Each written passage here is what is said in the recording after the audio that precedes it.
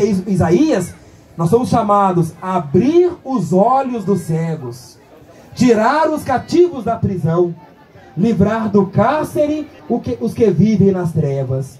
Esta, meus irmãos e irmãs, foi a missão de Jesus.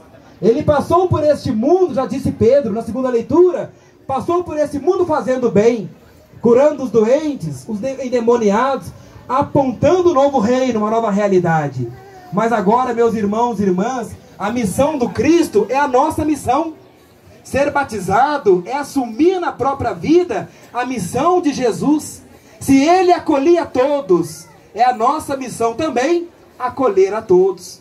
Se Ele não fazia distinção de ninguém, como São Pedro diz na segunda leitura, lá na casa de Cornélio, eu estou compreendendo que Deus não faz distinção entre pessoas, mas aceita quem o teme e pratica a justiça, qualquer que seja a sua nação. Também é nossa missão, enquanto cristãos e cristãs, enquanto batizados, ser no mundo um outro Cristo, acolhendo a todos e evitando cada vez mais todo e qualquer tipo de preconceito.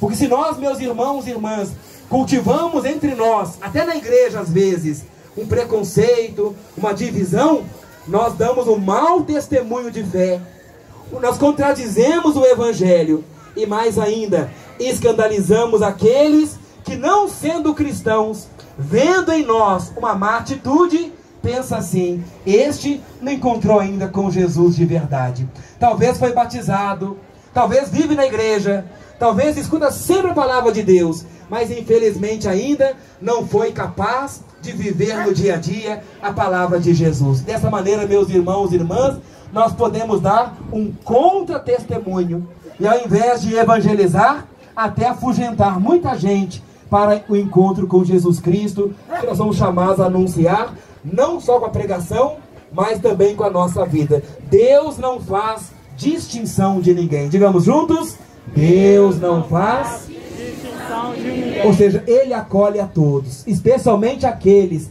que praticam a justiça, aqueles quem o teme, aqueles que vivem a palavra de Deus. Deus acolhe a todos. Deus é aquele ser que tem um coração como de um pai e de mãe, que acolhe a todos. Por isso, meus irmãos e irmãs, Ele passou por este mundo fazendo bem, curando a todos os que estavam dominados pelo demônio, porque Deus estava com Ele. Uma vez que nós somos batizados, devemos sempre lembrar isso: Deus sempre está conosco. E se Ele está conosco, é para que nós promovamos no mundo a justiça, o amor, o reino de Deus. Por isso, meus irmãos e irmãs, que bom que nós estamos aqui mais uma vez celebrando a fé que canta e dança. Que bom, meus irmãos e irmãs, que nós de Ouro Preto temos essa sensibilidade de recordar a história e dizer de maneira profética que nós estamos aí vivos, tendo voz, tendo vez. Mas eu digo uma coisa para todos: não basta apenas recordar historicamente, como se fosse uma tradição de lembrar o passado, de lembrar os negros que aqui foram escravizados e pensar assim: vamos recordar a história, porque a escravidão passou, hoje é um outro tempo, vamos continuar recordando a história. Na verdade, meus irmãos e irmãs, se nós formos um tanto sinceros, vamos perceber que a escravidão não terminou ainda. As escravidões hoje revestem de outros nomes.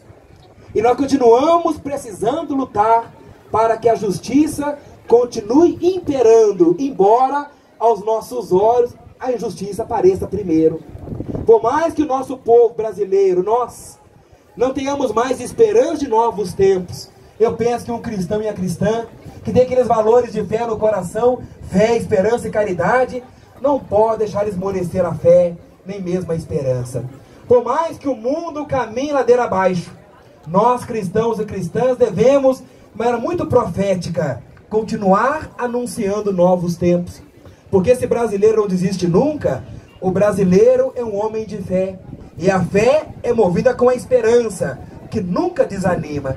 Sempre nos encoraja e anima a continuarmos lutando por novos tempos, por uma nova história, por concretizar no mundo o reino de Deus. É isso, meus irmãos e irmãs, que significa ser batizado. É isso, meus irmãos e irmãs, que implica o batismo que um dia nós recebemos.